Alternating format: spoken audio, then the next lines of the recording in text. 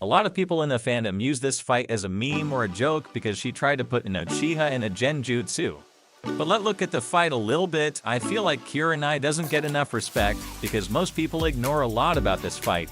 For starters, let's talk about Kurenai. Kurenai Yuhi is a jonin of belief. She's newer than Sei, Guy, or Kakashi, but obviously capable as Kakashi asked her and Asuma to check out the intruders in the village.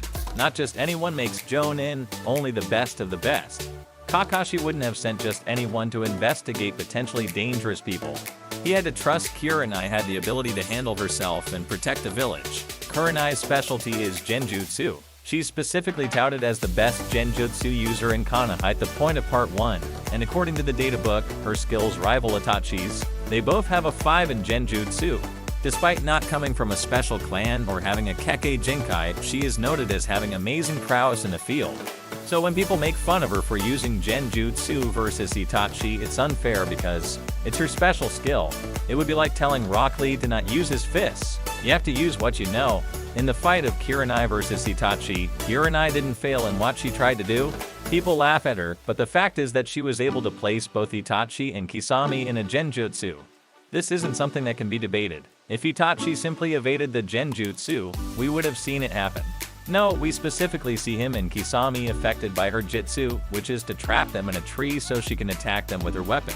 But Itachi, being a master genjutsu user himself, was able to understand her genjutsu using his Sharingan, and then reversed it back onto her. What a lot of people don't understand is that this was an ability of Itachi's, specifically Maga Nikyo Tenshi 10, Demonic Illusion Mirror Heaven and Earth Change, where he uses his Sharingan to decrypt a genjutsu and then perform the genjutsu himself back onto the original caster. So for this technique to be used, he had to be in the genjutsu in the first place. First of all, breaking out of a genjutsu by Itachi is no easy feat, even if it was her own technique reflected back onto her. We've seen Itachi place others in genjutsus, like Orochimaru, and they were rendered completely helpless. Kurenai was able to not only break out of the genjutsu, but also defend herself. And yes, she was knocked back by the power of his attack, but that doesn't negate her skill. Itachi himself praised her genjutsu, and said she was worthy of her status as a teacher. Itachi recognizes a fact that most of the fandom doesn't. Her genjutsu prowess and speed are 2 feats that are completely slept on. I'm not saying she would have won if the fight was to the death, but Kurenai deserves a lot more respect for this fight than she was given.